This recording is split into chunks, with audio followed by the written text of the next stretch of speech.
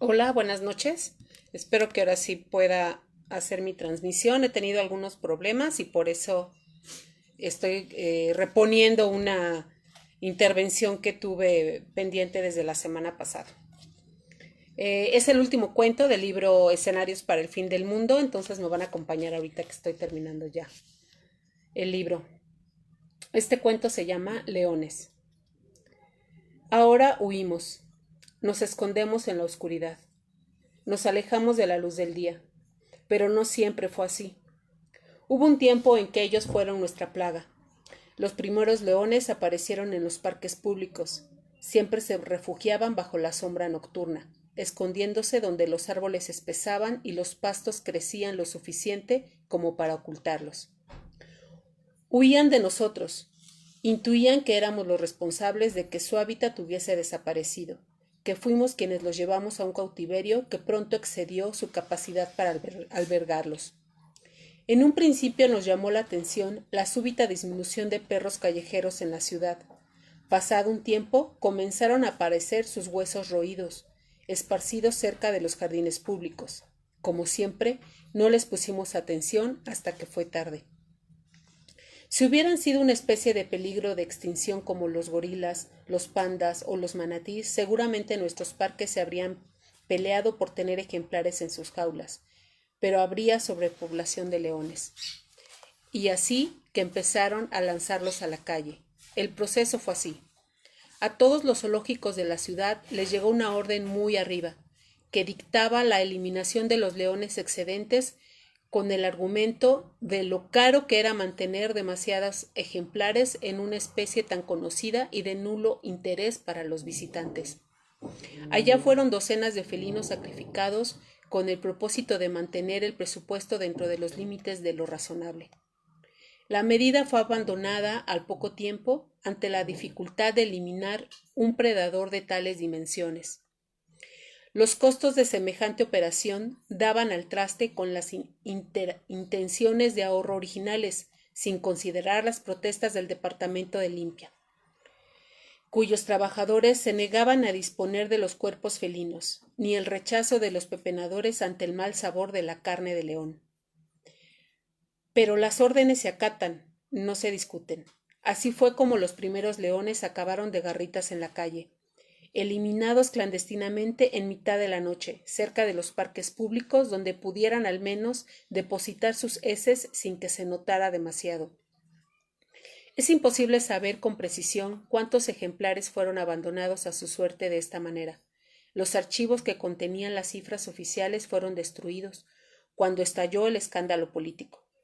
Pero los cálculos más conservadores suponen que no debieron ser tantos como los medios amarillistas han querido hacernos creer. El problema real es la altísima tasa de natalidad de los leones. Un macho adulto es capaz de copular hasta 100 veces en un solo día. 100 cópulas con 100 eyaculaciones incluidas. Más de una estaba destinada a tener éxito, eso sin pensar en la ausencia de depredadores naturales. Aunque ignoramos en qué parques fueron liberados los primeros, ahora sabemos que por las noches emigraban a cuanta zona verde encontraban, hasta ocupar poco a poco todas las disponibles. Nos descubrimos a nuestros nuevos vecinos hasta mucho tiempo después. Corredores matutinos, ancianos desocupados, niños, parejas de novios, vendedores de drogas que poblaban a toda hora los jardines públicos eran observados con atentos ojos ambarinos, cuyos dueños se ocultaban entre las sombras ofrecidas por los árboles. Los felinos modificaron sus costumbres y se volvieron seres nocturnos. Perros y ratas fueron el componente principal de su nueva dieta, alimento que, aunque modesto, jamás escaseó. De no haber sido quizá por sus vistosas disposiciones, nadie habría notado nada raro, hasta el célebre accidente de los amantes. Una pareja anónima de novios se internó en uno de los parques más grandes de la ciudad. Buscaban entre los árboles una intimidad más barata que la de los hoteles de paso. Se dice que entregados a sus amores no descubrieron a tiempo a un policía que se acercaba silencioso hasta ellos con la intención de sorprenderlos. El representante de la ley lo hubiera logrado de no haber sido por un león hembra de 120 kilos que, salida de entre las sombras, se abalanzó sobre él sin darle tiempo a soplar su silbato. Aterrorizados, los novios huyeron de ahí semidesnudos. Al día siguiente, los restos del policía y la ropa de los amantes fueron encontrados en medio de un gran charco hemático. Los peritos de la policía aparecieron en el lugar del crimen y determinaron sin dudar que se trataba de un accidente laboral común.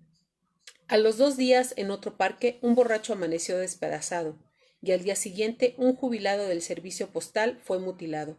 Perdió las piernas mientras dormía una siestecilla. Fue el principio de los ataques.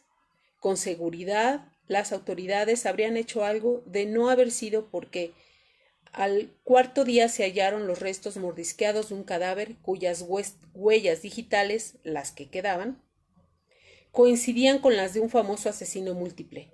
Esta vez, los muchachos de la policía determinaron suicidio y achacaron las muertes anteriores. Después se dio carpetazo al asunto. Y entonces, ¿acaso envalentonados por la indiferencia oficial, los leones salieron de sus refugios a pasear cínicamente sus melenas por nuestras calles? Sin hambre, son tan mansos como un gatito, pero comen todo el día, por lo que era imposible saber en qué momento arrancarían de un mordisco el brazo de un vendedor de globos o se tragarían a un niño. Eso sin hablar de sus heces. Intentamos quejarnos, organizamos comités vecinales que exigían la inmediata eliminación de los felinos, pero solo hallamos oídos sordos en las autoridades, quienes consideraron que la solución más práctica y económica era evitar los parques públicos y cruzar la calle si se veía venir de frente a un león. Los medios ventilaron la noticia mientras tuvo interés, pero llegó el Mundial de Fútbol y los más bien magros triunfos de la selección nacional mandaron a los leones al silencio mediático. Y habrían permanecido olvidados de no haber sido porque, durante los festejos tumultuarios provocados por un empate ante la selección de Bolivia, una horda de leones atacó a los festejantes en el Ángel de la Independencia. No se hicieron esperar las declaraciones del gobierno y de la oposición, ni los debates televisivos y las editoriales en los periódicos. Mientras tanto, los leones seguían ampliando su nuevo hábitat. Pronto empezaron a mudarse a los camellones de mayor tamaño. Cruzar la calle se convirtió en una hazaña peligrosa. Los asesores del jefe de gobierno de la ciudad, más preocupados en colocar a su jefe entre los candidatos presidenciales que en dar una solución de fondo al problema, optaron por un arreglo inmediato de corto alcance y declararon a la ciudad entera reserva ecológica dedicada a la preservación de los leones, con la doble intención de calmar a la población y de añadir un atractivo turístico a la metrópoli. Para entonces los felinos habían decidido ocupar cuanta área verde encontraran. En poco tiempo, casas particulares, escuelas, instalaciones deportivas y panteones fueron invadidos por el nuevo patrimonio de la ciudad. Uno podía despertar por la mañana y descubrir que a su jardín, fuera del tamaño que fuera, se había mudado una familia de leones buscando el desayuno. Normalmente los habitantes de las casas terminaban siendo devorados. Huesos más grandes que los de los perros y ratas empezaron a ensuciar las calles, muchos con jirones de carne aún pegados. En poco tiempo, enjambres de moscas panteoneras se volvieron parte del paisaje urbano. Empezaron a correr rumores que si atacaban en manadas, que si eran inteligentes, que si estaban adueñándose de la ciudad, que si no había manera de controlarlos. Las autoridades desmintieron todos, tomaron alarmistas a los medios y pidieron a la opinión pública tolerancia hacia sus nuevos vecinos, hasta que un día apareció el cadáver de un niño. Amaneció como si nada en el centro del Zócalo, a los pies de la asta bandera. Esta vez el gobierno de la ciudad no pudo desmentir nada porque las cámaras de los noticieros llegaron antes. Era una provocación oficial. Sentimos miedo. Los asesores del jefe del gobierno decidieron si quería tener oportunidades de reposar el trasero en la silla presidencial, tendría que declarar una guerra sin tregua a los leones, y así lo hizo. Pero ya era tarde. No hubo programa emergente con que pudiera enfrentarse la plaga. Bomberos, policía y ejército poco lograron contra los miles de felinos que vivían en las calles. Un día, un león llegó al centro del zócalo y escupió con desprecio los restos de una cabeza. El cráneo resultó pertenecer al jefe de gobierno de la ciudad. Lo habían atacado en manada durante un acto oficial en la Alameda Central. Los leones habían tenido el cuidado de dejarla apenas reconocible, solo lo suficiente. Después el león rugió como proclamando su triunfo. No necesitaba hacerlo. Para entonces ya eran los dueños de las calles, de los parques, de los jardines, de todo. Cada día son más y nosotros menos. Hemos tenido que refugiarnos en las sombras mientras ellos duermen, ahora que han regresado al horario diurno. Nos escondemos en las sombras, buscamos robar algo de sus desperdicios para comer. A veces los leones organizan cacerías en grupo para eliminarnos. Su olfato los guía hasta nuestros refugios. A veces logramos burlarlos, pero no siempre. Pero donde cazan un hombre, aparece otro. Una vez que atrapan a este, aparece otro más.